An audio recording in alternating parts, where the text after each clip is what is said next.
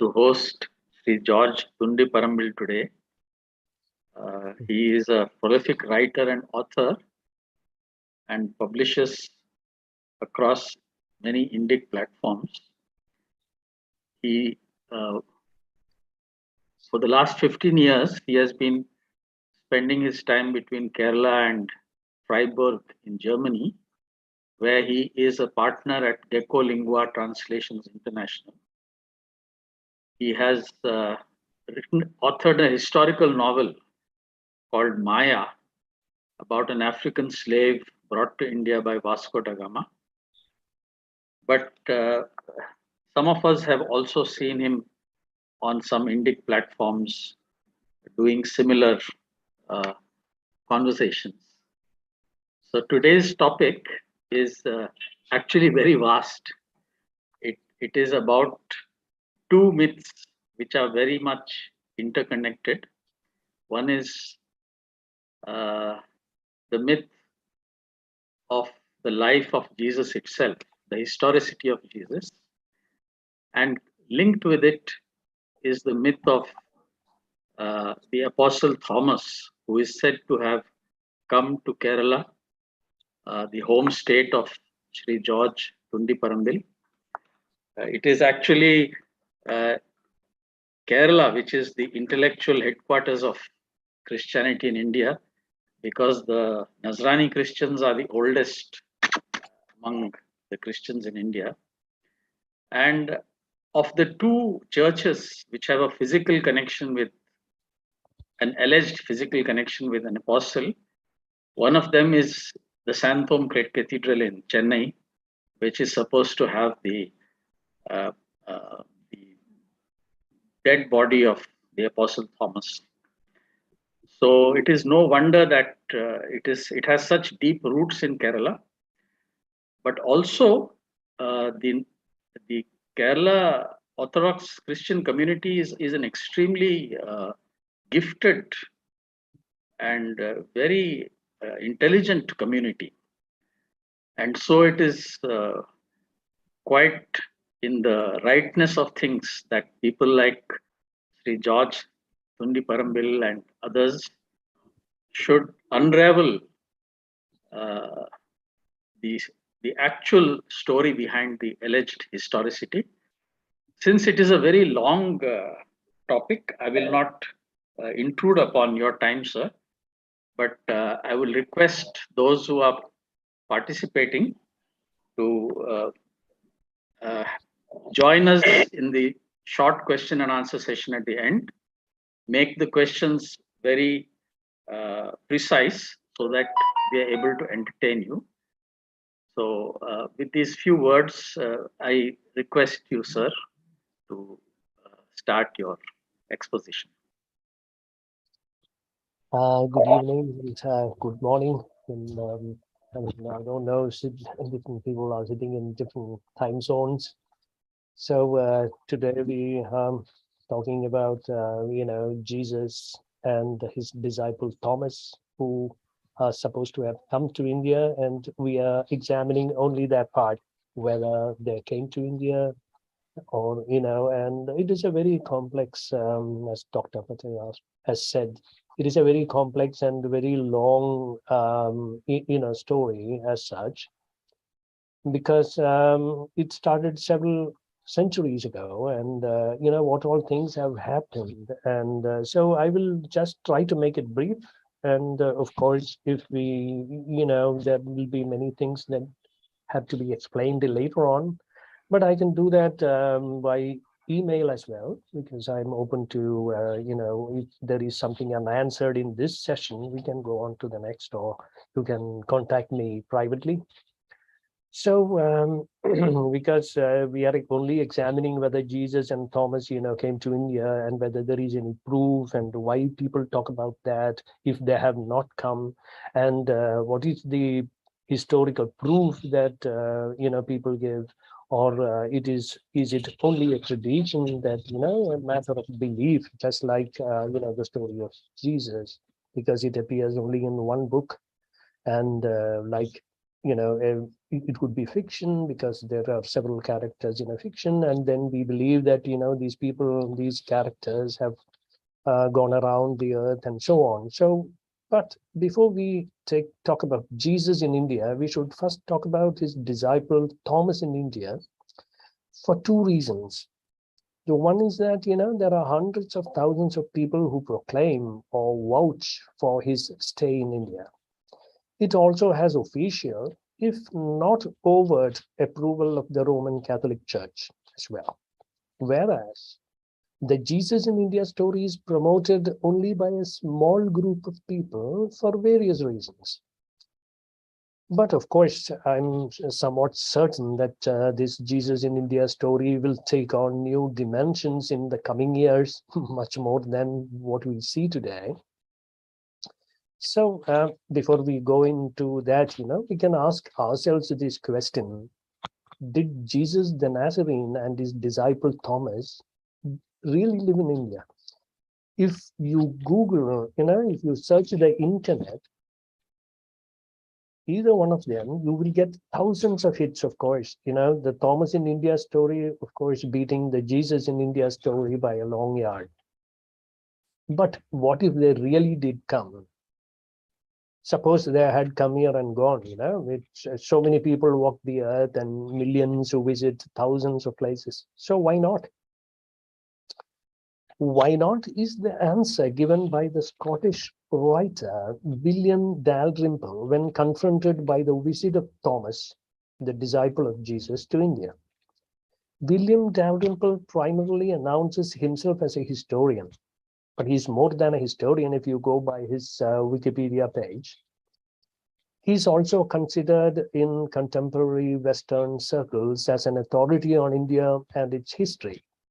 And that is why his interjection, why not, becomes pregnant with the meaning and tells us we should doubt Dalrymple, is not a historian by this very interjection, because it displays a lack of academic rigor or a writer's integrity, because the same with Shashi Tharoor, the Congress MP from Thiruvananthapuram, in his recent political tour of North Kerala, expressed that Christianity is very ancient in India and parroted almost the same sentences that Jawaharlal Nehru and Rajendra Prasad have spoken before him, as if Christianity coming to India first before going to Europe has fetched us Indians some points, like or an award or an Olympic medal in spirituality and religion because we hosted the Christianity first before the Europeans. I esteem Shashi Tharoor more than Nehru or Rajendra Prasad because I mean, in my opinion, he has more integrity and scholarship than the two elders. And he's an esteemed writer, and I am certain he can distinguish between fact and fantasy. But still, being a politician, he cannot be on the bad side of his vote bank and have to compromise his better judgment. Of course, we will come back to Shashi Tharoor and Dalrymple later. Whatever anybody might say, the story of the arrival of Jesus and Thomas in India in the way they are supposed to have done is a deliberate and calculated fraud on humanity, only if you would open your eyes and see. And I'm not saying this because of my prejudice.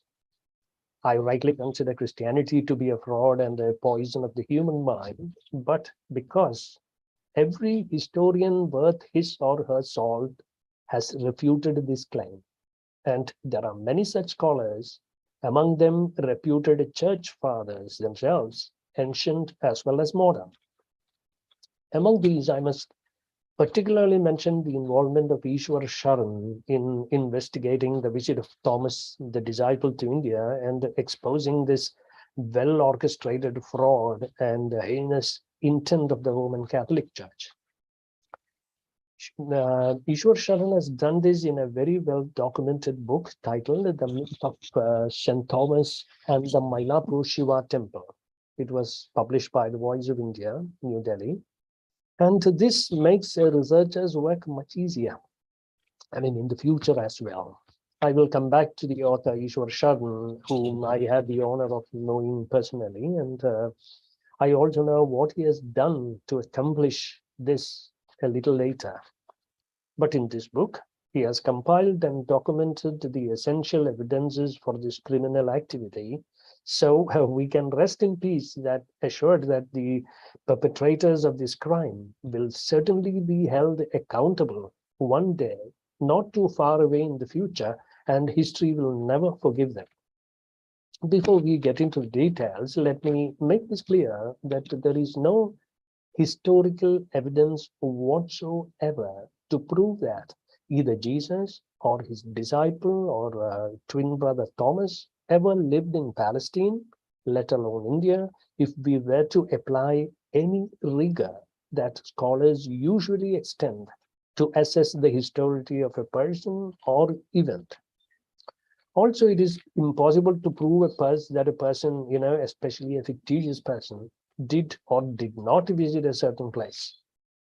But at the same time, if somebody purported to provide a proof, a tangible evidence that this fictitious person did something in a place, we can scrutinize this proof and call that out and prove that it is a fraud.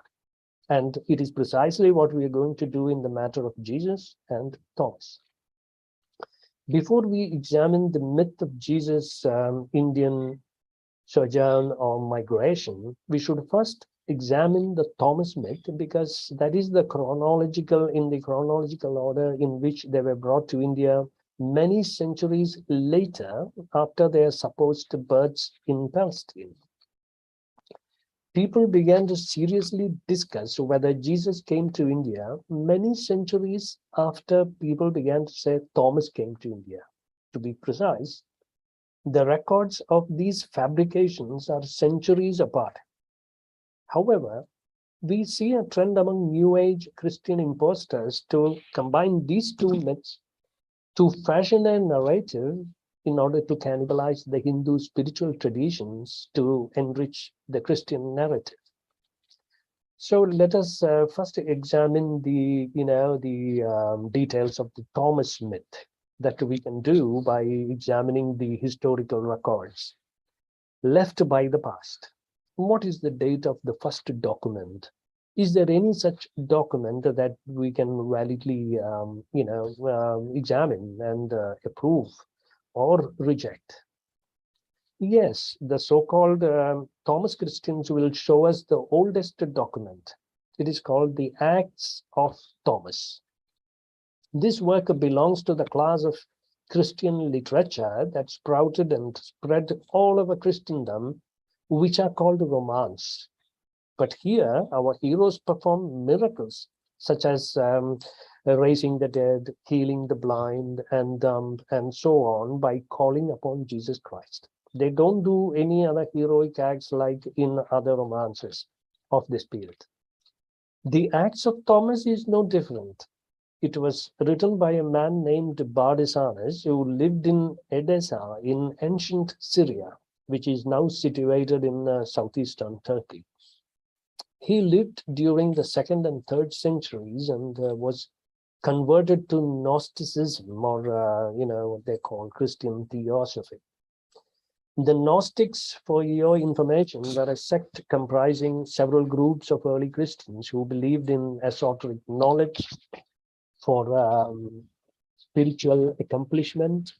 But in due course of time, its members were exterminated by later Christian sects, such as the Catholics. Bardesanes himself, that is the writer, was responsible for turning Edessa into a Christian city. He converted the reigning prince, and he's supposed to have written the Acts around 210 of Common Era in either Syriac or Greek, because both these versions exist. And I will tell you a brief, how the story goes. In it, Thomas is the look-alike twin brother of Jesus. It is not like what we read in the Gospels, So he's the exact, even he looks exactly like Jesus. And then, Jesus, after refusing to go east for evangelistic purposes, Jesus sells him as a slave to a merchant, and Thomas gets carried away to the east. So, and then if you examine, I'm not going into the details, but if you examine the text, the internal evidences reveal a West Asian desert country. It is, the terrain is, exactly like West Asia, wherein, and even these characters and place names are Persian. And Thomas, in the story, he travels from kingdom to kingdom at the prompt of his twin Jesus, who appears in his dreams. And it is a fantastic tale in the sense, but I will just tell you, what exactly he's doing there. Thomas exercises, these all the biblical miracles, all the 9 yards, including raising the dead. But the main activity he strives to achieve is the propagation of Christian chastity, and which means it is an abstention from sex. Even married people should abstain from sex. And he preaches this to everyone, and especially to women. His main target is women of all sorts, with an emphasis on virgins, and he converts them by vows of chastity and alienates them from their families. So thus Thomas goes around causing discord in whichever society he is in. He goes on violating the laws of the land, and is finally executed at the orders of their king. And the king is called Must Die. And for sorcery, he's speared by 4 soldiers upon a mountain. And this is the story of this. And of course, it runs into, at least I think in print it more than 70 pages. The geography mentioned in this is a desert country that corresponds with West Asia, and the names of the characters sound Persian. There is no evidence whatsoever of India internally, either Malabar or Coromandel, that is where the supposed tombs in Mylapore lay. But the term India is mentioned twice in the book. And the mention by anyone that Thomas went to India occurs only after the time of this book. And no scholar, past or present, actually ever had any doubt that the Acts, this book, was a story of fiction. This book, among many others, were pronounced apocryphal or, untrustworthy by the, other churches, like the Catholics. And early father of the Christian church, is called Ephraim of Edessa. That is, Edessa is the town of Bardesanes, the hometown, the writer. And after a century after this book came out, he writes about Bardesanes, that he died, in quotation, with the Lord in his mouth and demons in his heart. Because this is how the other church leaders saw the author of this Acts of Thomas. And this is the basic document for the whole Thomas in India story, and all of the stories that came later came from this. There were many people, especially who had some vested interest, were talking about, Thomas came to India. And sometimes, initially, some people have opined that it is because they didn't know what was India, because, many years later, even 1,000 years later, even more than 1,000 years later, Columbus went to America and saw Indians there. So that is the knowledge people had about India in general. And the reason Ephraim said about, these Bardesanes, that is because Gnosticism was a heresy at this time, and to say Jesus had a lookalike twin was itself a blasphemy. For him and the other Christians like him, the Acts was a fantasy tale. Not only fantasy, but it should be something that should be prohibited. So what did other church fathers closer to Bardesanes in time say about Thomas? What did, it's only Bardesanes who spoke about, Thomas coming to India. Did anybody else say? Yes, there were so many, very respectable church leaders, church fathers like a Clement and Origen in the 3rd century, And Eusebius, the famous Christian historian who has documented the life of Christ, I mean, any mention of Christ other than in the Bible, Eusebius, in the 4th century, he mentions that Thomas went to Parthia, and Parthia, that was the old Persia.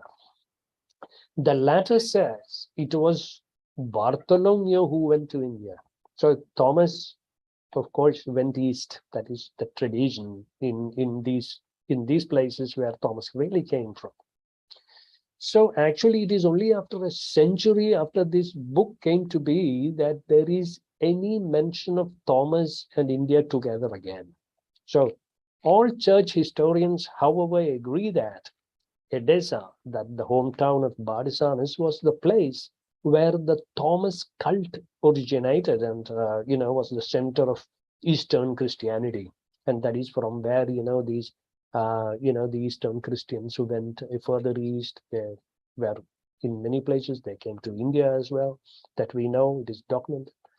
For all church fathers of that time, until the 20th century, Thomas was the apostle of the East, because he was the apostle of Eastern Christianity, not of the apostle of India, which came much later. It is less than 100 years old, and for very many reasons. And I will tell you that briefly a little later, but I will, tell what went in between, how this came about.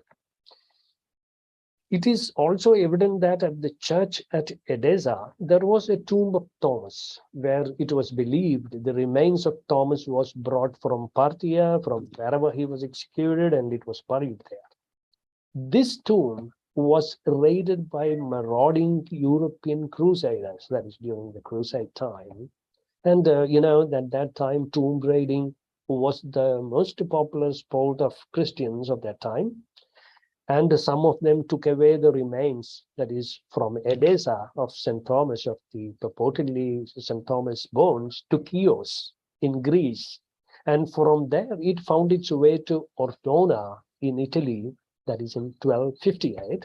And that is where his skull is supposed to be intact, because a few 100 years later, they verified, they opened the tomb and made a stock, they make a stock taking of this, and there the most of the bones are still lie there.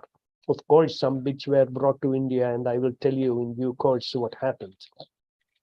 So when did Christians actually come to India? If Thomas didn't bring, like we say, so we examine only the records. People can say whatever they want. I can say that they didn't come, and just like people say, oh, we came, Thomas, St. Thomas came and converted my ancestors. Just like that, I can say as well, because we both don't have proof. But what proof do we have about the early Christians? When did they come actually? From what we know, at least, because there are some things are, hidden and we don't know what happened. But only thing is that, it should not be preposterous or, something that is incredulous.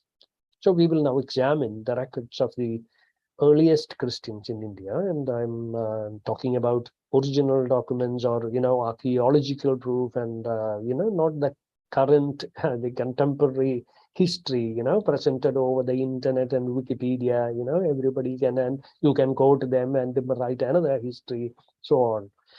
Historians say, and I mean the real academic historians say, that we can assume that the earliest Christian settlement in Kerala happened in the 5th century.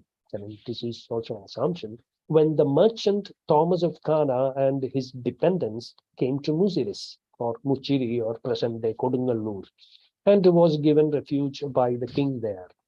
This Thomas and his group were fleeing the ire of the Persian emperor, who doubted the loyalty of his Syrian-speaking Christian subjects. So the so-called Thomas Christians of Kerala say there is a copper plate granting the Christians certain privileges by the chairman Perumal, and that he was the king at that time. However, any investigation, I mean, mine as well as other historians, revealed that these plates are also another assumption, because there is no material thing anywhere. And hence the dating of Thomas of Kana's arrival in Kerala is only an informed guesswork.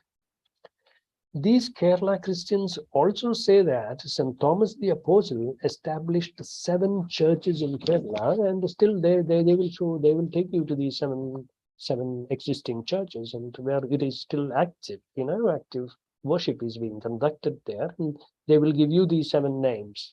But if you scrutinize it in historical terms, except for 2 or 3 churches which were built in the 9th century by migrant Syrian Christians in Kollam, the rest were all built by the Portuguese in the 16th century after destroying existing Hindu temples, most of them consecrated to Lord Shiva.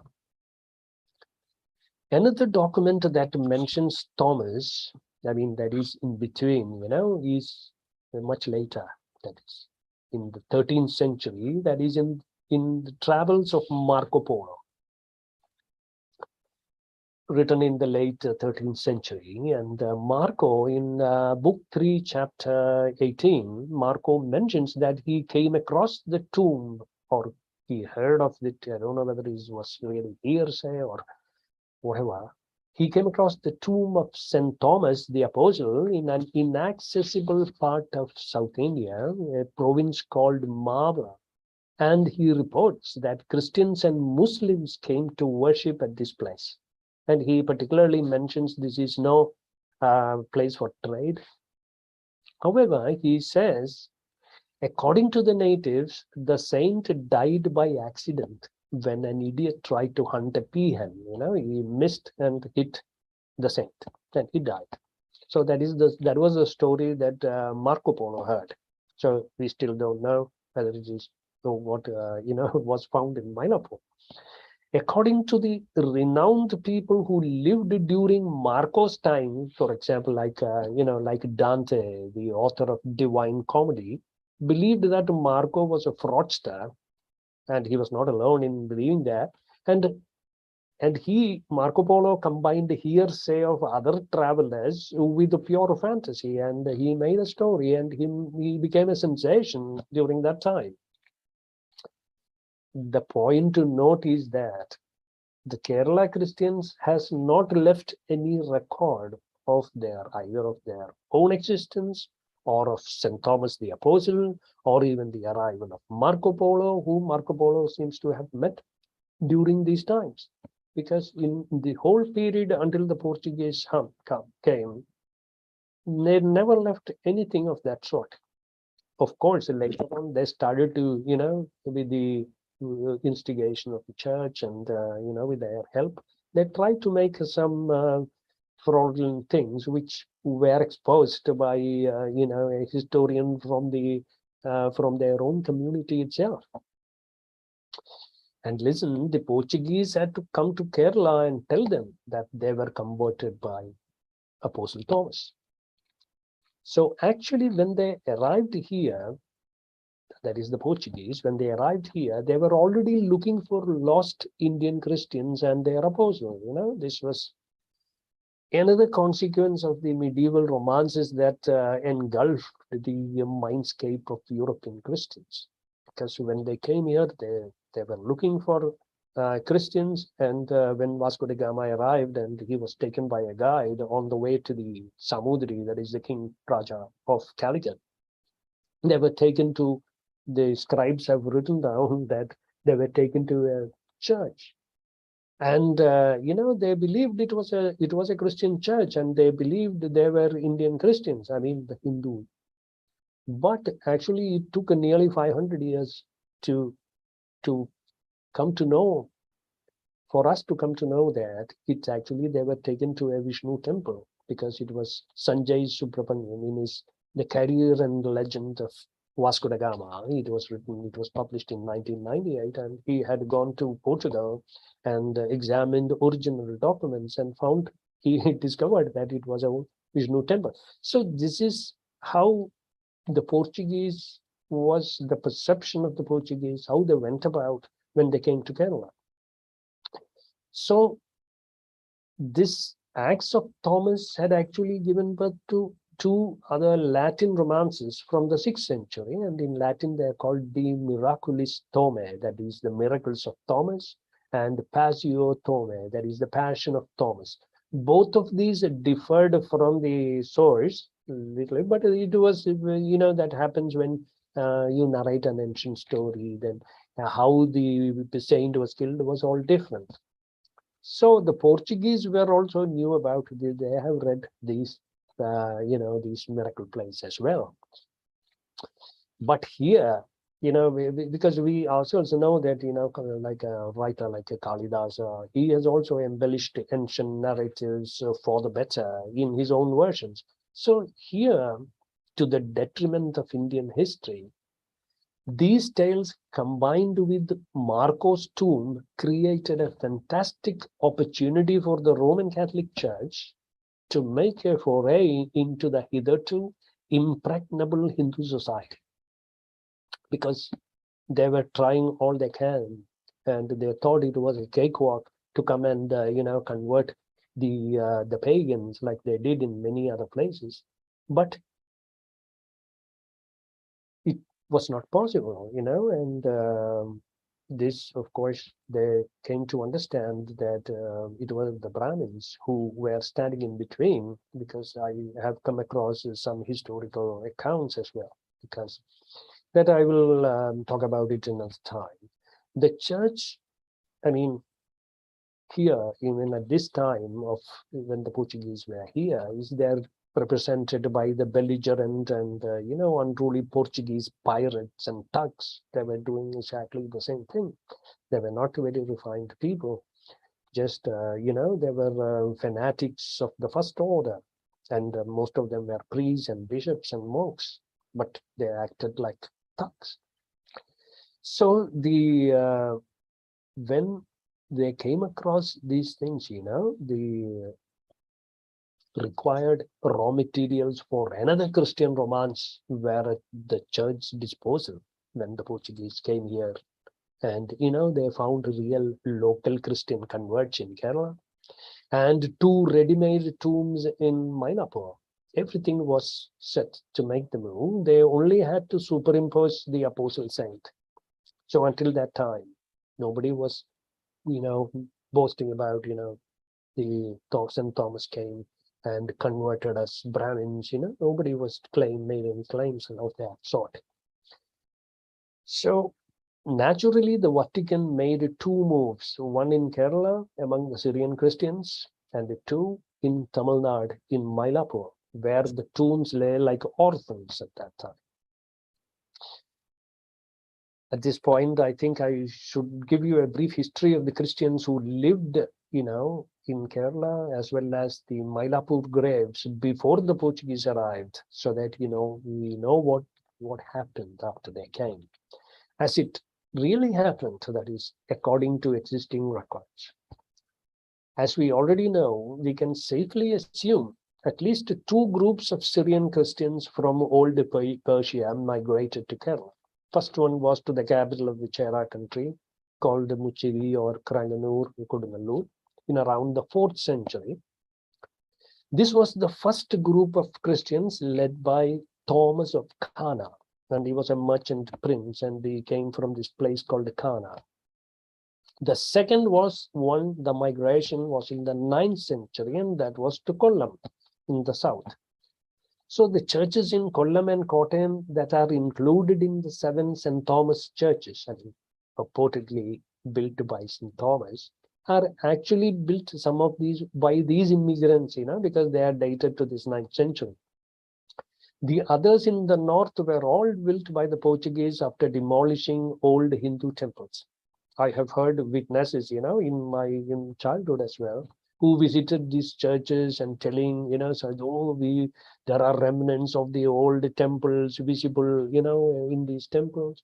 And the Syrian Christians used to boast of these just to falsely claim the high pedigree of the Brahmins. And said, see, our church was a temple earlier, we were Brahmins, we converted, and things like that. There were and still are two groups of Syrian Christians, because many of you might not know or might have not thought about it. That is, the first the migrants. And what happened to the descendants of Thomas of Cana and his followers? So because they had this Aramaic as their mother tongue, they were not, they remained, because even now they remain an endogamous caste. They don't marry with the Malayalis, I mean, they also are Malayalis now because they also speak Malayalam. That is become their mother tongue now. But they are called Knanaya Christians. They have their own churches within every denomination, because you find them Catholics there, you find them in the Orthodox churches like Marthoma and all, but they keep themselves separate. That is the first group, who came first to Kerala, and they were the first Christians. But the second group are converts from local Hindu groups who associated with the ethnic Syrian Christians. For example, in ancient Kodungalur, that is one of the two places where the Christians were concentrated. These two groups lived in close proximity. That is, the foreigners, the ethnic Syrians, and the local Malayali converts. They lived in close proximity in a city street it was called the Nasrani Teruvu, which means Nasrani street. On the southern side lived the ethnic Syrian Christians, and on the northern side lived the local Hindu converts. The real Syrians were called Tekkumbagakar, that is southerners, and the local converts were called Vadakumbagakar. They referred to each other like that, even in very recent times between them, so he's the southerner, which means he's a, ethnic Syrian. So when we refer to Syrian Christians here, who claim to be converted by St. Thomas today, we are exclusively referring to the local converts. That is the northerners, and not the ethnic Syrians, who too have become an integral part of Kerala society. It is also interesting to note that these ethnic Syrians do not have any claim to being St. Thomas converts, because they don't have any requirement to prove their pedigree. They were foreigners, they were migrants, they came here, they got refuge, they got integrated. And some of the converts had mixed blood with the ethnic Syrians as well, and were called Christian Mapilas. Mapila means, son-in-law, in the same manner as the Arab Muslim Mapilas who came to settle in North Kerala around roughly the same time. Due to the lack of Vaishyas in Kerala, the rulers did promote conversions to Christianity and Islam to sustain the number of these merchant communities. For spiritual sustenance, these Christians received priests from Antioch periodically, sometimes with a gap of several decades, and they were thirsty for spiritual growth. And so when the Portuguese arrived, they were very hopeful. Oh, we've got Christians again, like that. But by the time the Portuguese arrived, these Christians were almost indistinguishable from the local Hindus, and were traditionally extended the same privileges as the naives, such as wearing ornaments and carrying weapons and things like that. These Christians followed Eastern Christianity until the Portuguese arrived, and as original Nestorians carried with them the traditions of Edessa and the Acts of Thomas. But none of them ever claimed they were converted by St. Thomas, who came to Kerala in person in 52 AD. Even these dates, 52 AD and so on, actually there were 3-4 dates earlier. And now it is 52 AD has been the final word, settled by, people like trip advisors and, these websites. They are the ones who carry on with this St. Thomas tradition. And it is proclaimed from rooftop nowadays. There was another event that took place before the arrival of the Portuguese, which I should also mention, because that is the event which gave them the name, the first time in history that they got the name Thomas Christians. That was a Franciscan friar from Florence, from Italy. His name was Bishop Giovanni de Marignoli. He visited Kollam in 1348. and built a Catholic church there. I don't know the details into which how he came to build a Catholic church there, but he did. Bishop Marignoli converted some of the ethnic Syrians into, into Roman Catholicism, as well as their local servants, for his, the local Keralites also for his newly established Catholic Church. And then, in order to distinguish between these two, that is, these ethnic Syrians and the local converts, then he called them St. Thomas Christians. And that is the first record of this term, St. Thomas Christians. And so, because they had carried with them the tradition all the way from Edessa. And Marignoli, the next year, he also visited Mylapore, and possibly to visit the grave of the Nestorian priest who was buried there. So this is the first time the term St. Thomas Christians came to be a record. However, for the Portuguese led by the Jesuits, the term connoted a new myth with which they could subdue the Hindus and convert them. They became busy. The Portuguese had met with the local Christians, even at the time of Vasco da Gama himself. But it took some time for the Portuguese pirates to discover the Mylapore tombs. It took roughly 20 years, 15 to 20 years, I think. Because before they started plundering the Coromandel coast, where there was no organized resistance from the Hindus, from the native Hindus. So they raided temples. There are records, of these ships lying in wait, these pirate ships, and waiting for some temple festival. And then they raided the temples because you could get, and they even carried away a lot of people, men and women, children, all in as slaves, and all the way back to Portugal. These are recorded by the Portuguese themselves. So eventually they raided a Mylapore near Madras and found the tombs, the two tombs. So these tombs were worshipped by Muslims and the Nestorian Christians once in a while, and it didn't take much time for the Catholic tomb raiders to pounce upon them, And the ancient Shiva temple nearby was demolished, and soon a church was built. And the first Christian church was in Mylapore, was established by Augustinian friars in 1523. And that is, beside the newly found tomb. And these two tombs were opened and the bones were taken out and transferred to Goa for safekeeping. And that was the Catholic capital of India at that time.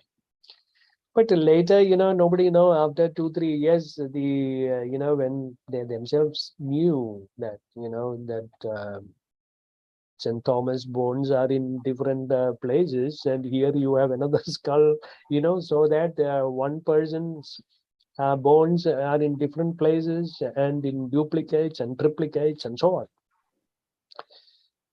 So the encounter of the local, that is the other side when with the people, the encounter of the local Kerala Christians and the Portuguese, initially they got along, like a house on fire. But soon the local converts found that the Western Christians were too hot to handle. In 1599, Bishop Alexis de Menezes of Goa, he came to Kerala and converted. There he actually invited all the churches to attend in Udayam Perur. It was called in English, they call it the Dayampa, Synod of Dayampa. Actually, in Malayalam, it is called Udayam Perur Sunnahados. So these people, all except, it is said, all churches of the Eastern Christians, except two, one in Kanyakumari and one in Kundangulam, all the rest of the churches came there, and the Menezes gathered. Then they were supposed to bring all their records and books in Syriac, and they brought all that and he burnt them. And then he gave them instead Catholic approved gospels, which are not heretical according to the Catholics. So they were duly translated into Syriac, and these people carried them back. But this unity between these people were not very lasting. Francis Xavier, who is the real apostle of India, and he was called the apostle of India. People in Goa still call him the apostle of India. And it was according to Vatican till 1953. That is when, this changed. It became apostle, Thomas became apostle of India. And in during that time, even during the Inquisition, Francis Xavier was the one who brought this, who wrote to the Pope and brought this Inquisition to Goa. And some of these Kerala Christians were also taken to Goa and tortured and killed for heresy there. So later, this went on, this conflict between these two was going on. And later in 1653, one Eastern Christian priest, he was coming from Antioch, and somehow, somewhere in the Coromandel coast, his name was Ahmad Tallah, and he was caught by the Portuguese, and he was killed on a ship off Cochin, and he was buried he was given a watery grave. And then the local Christians came to know of this incident. They revolted in Cochin, and which is now called the Coonan Cross incident. And they swore that, and they and their descendants will never join the Catholics. At that time, they called them Paulites. So just because of the Jesuit, these tortures and oppression of these Kerala Christians, two leaders of these Christians, they even embarked on a journey to Portugal en route to Rome, because they wanted to see the Pope and give a petition that these Jesuits are doing a bad thing in Kerala and so on. But their venture was not successful. But the first Christian book in Malayalam was the result, and it was called the Vartamana Pustakam, a very boring account of two idiots in Portugal undergoing intense suffering, and they live there with the hope that they would meet the Pope, but they never is. I mean, it doesn't happen, and they come back, and on the way, one guy is made a bishop, and then he dies even before landing. So, and then the Syrian Christians suspected he was killed by the Portuguese. So the Catholics were the church was looking for a solution to apply a stranglehold on these Nasranis, as well as the Hindu population, just like they did everywhere else. So as this was going on, because the Christian community was prospering, because being the new Vaishya community of Kerala, along with the Muslims, and a few North Indian Vaishya communities who still populate Cochin, the local Christians had prospered in material terms under the patronage of the local Rajas. They began to spread in all directions from the original settlement of Kodunallur and Kollam, and then came to be everywhere. And in 18th century, the Cochin Raja offered land and resources to some Christians from Angamali, it was a nearby place, so that they could come to Thrissur and conduct business there. And these Christians accepted the offer with both hands and soon became very prosperous. This also attracted the attention of the Catholic Church, because most of them remained outside the church. So after the complaints against the Jesuits, earlier, the Vatican had sent other orders, particularly the Carmelites, who made inroads among the local Christians and won some of them back to Roman Catholicism. But still, there was more job to be done. So they started some more scheming, and the Vatican, then they created, that was later, they created this archeparchy of Thrissur, where this new Christian colony was, and appointed a bishop called Adolf Medlicott, and he became its head in 1887. And he stayed there till 1896, and he wrote two books, India and the Apostle Thomas, and the second one is St. Thomas Christians. So you may imagine what the assignment for Bishop Medlicott was. So for the newly rich Christian converts, what they needed was pedigree, because they had forgotten whose their ancestors were, because many generations had passed, which Medlicott was ready to bequeath. The Mylapore graves that the Portuguese dug up, there, it found a new meaning as well.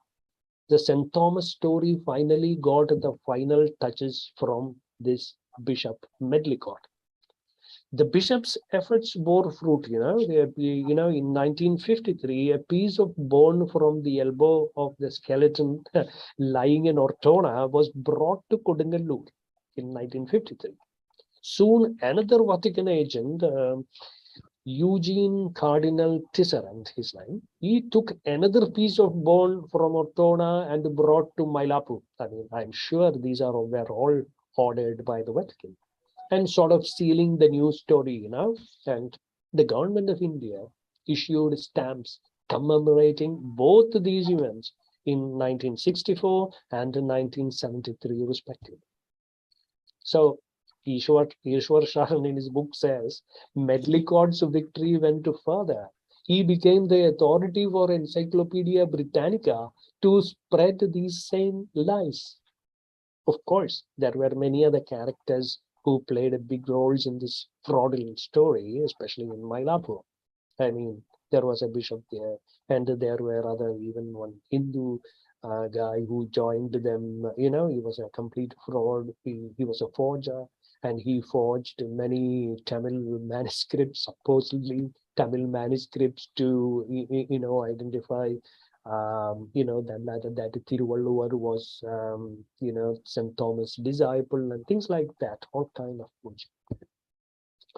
So this subject is so intricate and vast that it cannot be properly described with the time limit, because each story, each step of this is a big story. But for all practical purposes, for the St. Thomas story became history, but it became a history only in the last 75 years. So we should, this is what is now, if you search the internet, or whatever the politicians and whatever people are saying, they've just parroted the same old stories. St. Thomas came, we have a bigger tradition of Christianity than the Europeans, and so on. So what do real historians say about this? We know that most historians, even church historians, have underlined that there is no proof of Thomas coming to India. On the contrary, we have enough circumstantial evidence to suggest that Thomas died somewhere in Old Persia and his bones were buried in Edessa. Besides, the church fathers and historians such as Clement, Origen, and Eusebius, the 4th century priest Rufinus of Aquileia, and the 5th century Byzantine church historian Socrates of Constantinople, they both declare that Thomas went to Parthia, that is to Persia. The 2nd century writer Heraclion, the Gnostic, that is very important, he asserts that Thomas ended his days in peace, suggesting that even Thomas' martyrdom is a hoax. So, but when Thomas was executed in Mylapore, it were the Brahmins who killed him. So there are so many versions, but now the official version has become, it is the Brahmins are the people who killed him. And in reality, and in most probability, if he was there, he died a very peaceful death, just like this historian says, this Heraclion, the Gnostic. And even in the early 20th century, there was a historian from Kerala, himself a so-called St. Thomas Christian, who called out the Roman Catholic fraud. His name is T.K. Joseph, and his book, St. Thomases of South India, a Muslim non-martyr made martyrs after 1517 AD. That is the name of his book. Joseph also called out another fraud committed by the church using the so-called St. Thomas Christians, because at that time, in order to prove that the St. Thomas Christians themselves had a tradition, because that was missing. So they forged a document. It was called a Rabban Party in Malayalam, and which was in English, it was called the St. Thomas Song, which details the history of Thomas in Kerala. And this fraudulent story actually was composed, that is, T.K. Joseph exposed it, that it was composed in 1892 by one Varghese Palayur, and it was not existing at all in 1601, which was the year that they had fabricated that this song was existing at that time. But it was a person from the same community who exposed it. So there are numerous other scholars who have tried to bring to light this hoax. But the Roman Catholic Church, regardless of everything, they act as if they don't know anything about it. They carry on with what their agenda, and they have people to do their bidding. They have the neo-rich Syrian Christians on one side, and they have it for money. People do a lot of many other things as well. So they have managed to bury the truth in the public domain now.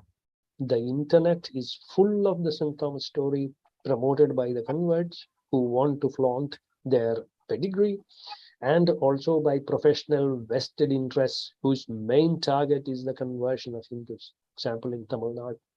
Even these stories have no consistency. Even if you check the whole thing, what is there, the story of this hoax, or the St. Thomas story as told by the believers and the vested interest. You take everything, but there is no consistency. All the details are different. In one story, he is killed by a sword, in another by a lance, and in another by a spear. And he has, he in different tombs.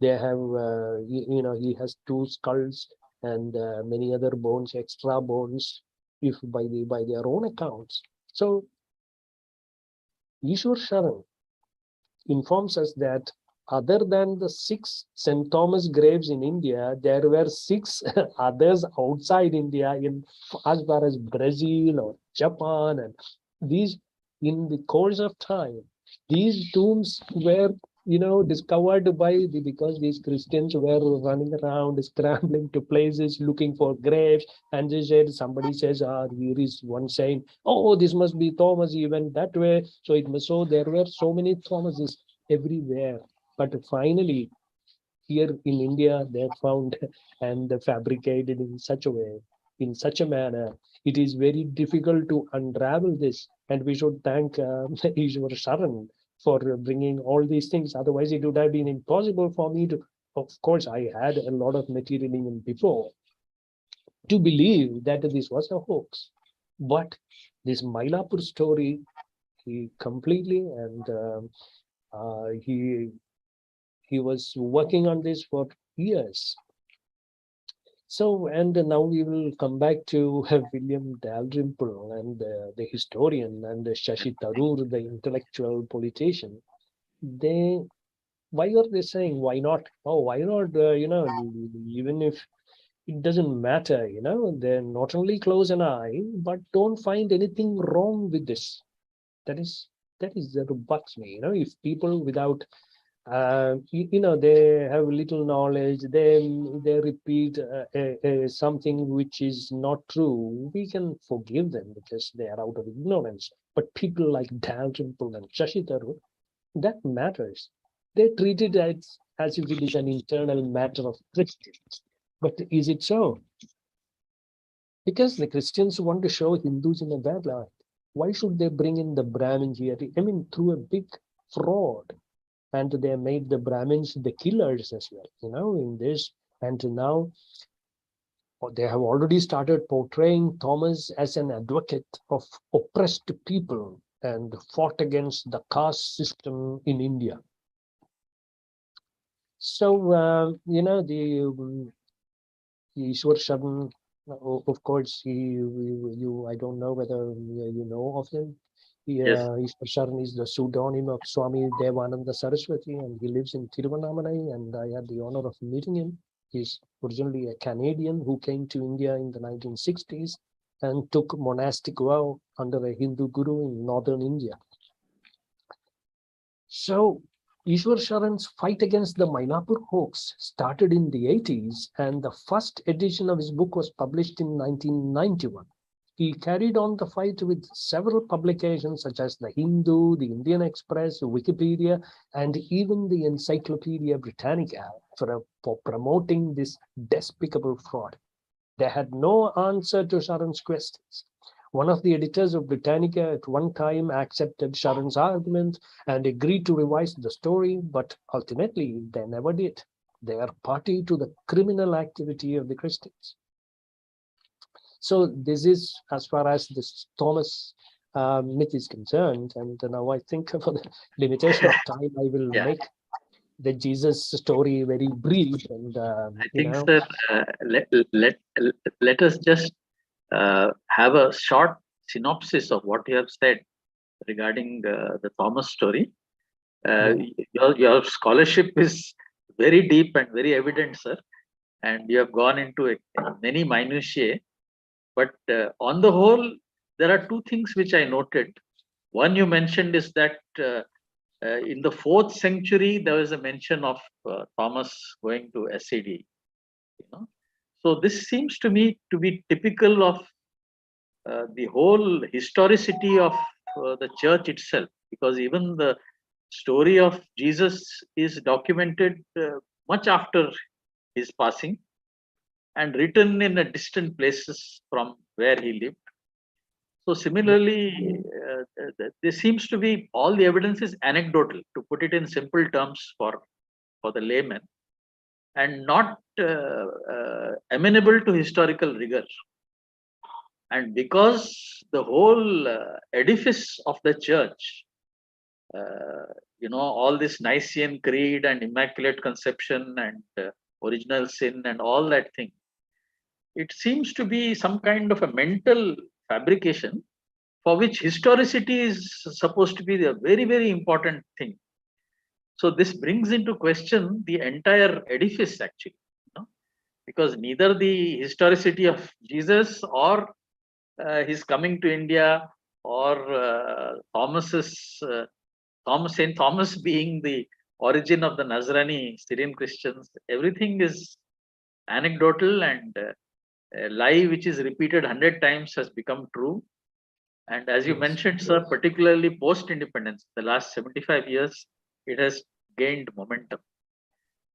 So Yes. we have competed today with the World Cup final, sir. Just Yes. I don't know what has happened between Argentina and France, but honestly, I'm completely taken over by your deep erudition. And like a typical scholar, you know the minutiae of the subject that you're talking about. Um, uh, I don't know if we should invite some questions from the audience, sir, at this time. What do you say? Yes. Because it's 1 hour Yes. since we started. Huh? I think we So started around we can just make it a little bit interactive. And my personal feeling is that the subject is too vast, sir. yes, And I have only if you are, spoken about yeah, Thomas. I if have you're not come willing, to Jesus. if you're Yes. willing, we should take it up in another session, sir. If you're willing, Yes, yes, we can do that because because it would really be too long. And yes, very uh, sure. with your permission, I would like to request any questions. There seems to be, yes, yes. Gayatri says that you are a brilliant intellectual, which you are, sir. I myself, Thank you very much. I'm But a, I'm a big I, fan of Syrian Christians as a whole, because I find them to be a very capable and extremely intelligent community. And I think more people like you are needed to disabuse themselves of all these myths so that they can set themselves free. So, there is nothing in the chat? Let me check, sir, if there is anything in the chat. Yes. Gayatri says that you are a brilliant intellectual, which is very obvious. And are there any questions from the audience? Would anybody like to ask something? Yeah. Hi. Namaste, Kiranji, and Yes. Namaste, Georgie. Namaste. Excuse me. Sorry, my throat is not very good today. Apologies. You're very audible. Yeah. Yeah. Okay. So I have a question. So just like how they peddled a story in India with the exact same St. Thomas thing, I do remember reading somewhere that they made a similar story in America, which is the same similar story, and then a very similar story in South America as well when they started converting all these people. So I'm just trying to see, has anyone done, and maybe you have probably done it, but I'm just asking this question just for my understanding. If we take the three stories and actually document everything either in some form of a paper or a website and throw it back to the Catholic Church or the church and say, can you guys tell me which one is true at least? Because a person traveling at that time to three different continents is impossible. That's never happened, and there is no record of any of this happening. So that is my question. If there is help you need to do the documentation, if you guide us, I can help with that. Because we need to What show is the your three question? different stories. What's the question, sir? My question is, why, I mean, is there a way we can document these three different narratives that they came up with about one guy and Right. fully document it either in a paper or a website and present it back to the church and say, can you guys tell me which one is the lie and which one is the true thing? I think it'll expose them completely. Yes, that's a good idea So for that is my question, somebody to sir. work on. Yes. Would you like Yes, to say something, sir? yes, Ishwar Sharan has definitely done that in the case of St. Thomas. I mean, he's the first person to do that, to compile everything in one, and he's the one who exposed. And of course, before him, there's T.K. Joseph, as I said, from the same community. He has his books. The title itself is Six Thomases, and yeah, on top of that, there are other six more tombs in other places, even in Japan. And even Jesus is supposed to have gone to Japan because some people believe that. Yes. So it is a matter China of also. belief. And China. yes, so these are everywhere. But even if you document all these and give it to the church, they will just ignore it. They are the most experienced in dealing with dissenters and all kinds of people, rebels. They know how to treat people like us. They just Yes. ignore because they know that they cannot argue with us, so they just ignore us. And on top of that, they will make 10 more stories and bury us in that. So that is their tactic. They don't confront us. Yes. They will make different narratives and they cover it in so that we are not They seen. have use. They have use for this narrative, so they will Yes. not leave it. Gayatri has a question, sir, for you. Yes, It Thank please. says you. many PhDs have been published in Madras University claiming that Tirukural, Shaivism, and Vaishnavism have been derived from Christianity. So how can we challenge this fraud and the origin of this fraudulent narrative? I think this is part of this story which I could not mention. I mean, I could not in any descriptive way come upon this because it was a bishop called Arulappa, and he spent a lot of money. And there was one Hindu among them. His name was Ganesh Iyer. He Yes. even forged money for money. He was called he went around in different names, and finally there was somebody gave some complaint and he was caught by the police, and he had to do some jail time, but not very much. Yes. And he he told it is the bishop who sort of betrayed him because he did all this for the bishop, and the bishop finally said, oh, he's the crook, so he had to go to jail and the bishop escaped, Arulappa. And in this process It was with this Ganesh Iyer's forged documents in these leaves, in this what you call this Taliola Grantha. So he, Yes. even photographed some, with the brown paper he created, all these kind of things. And it is from this research that these people have done PhDs in Madras and all that. It Yes. is, it is through these forged documents that they have made PhDs. So for even everywhere, the standard of PhDs have gone down so badly that it is actually shameful to say about these PhDs, especially in South India, or I mean the whole of India, I suppose, or even abroad. I don't I, know, but here it is blatantly in a very bad scene. but I Because think, just sir, imagine yeah, somebody getting a PhD for this, yes, for saying this. They ridiculous. don't know. Yeah, it is ridiculous that somebody like, Tirukur, I mean,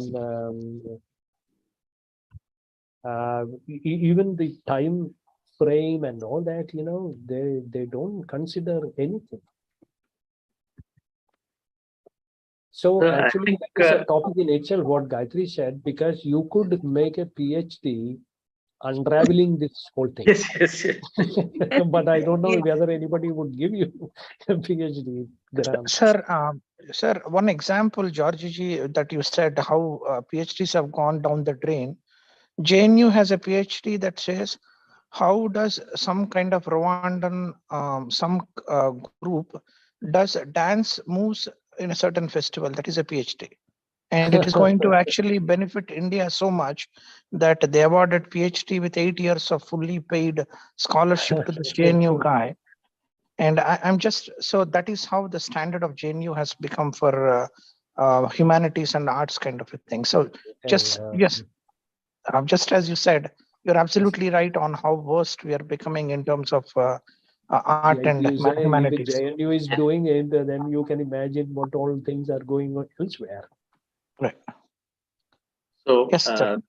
we need to bring it to a close because of constraints of time.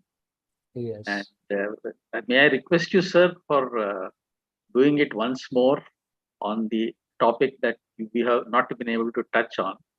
Yes, Jesus Whenever in you, India story, yes, and yes, I think, yes, yes, Yeah. I'm definitely we should do that. I mean, it is not as vast as this because it is a no, new thing. it is not that deeply entrenched as this one. Yeah, As this, but it is going that way, yes, and there are all indications, and there are a lot of and new revelations in this subject.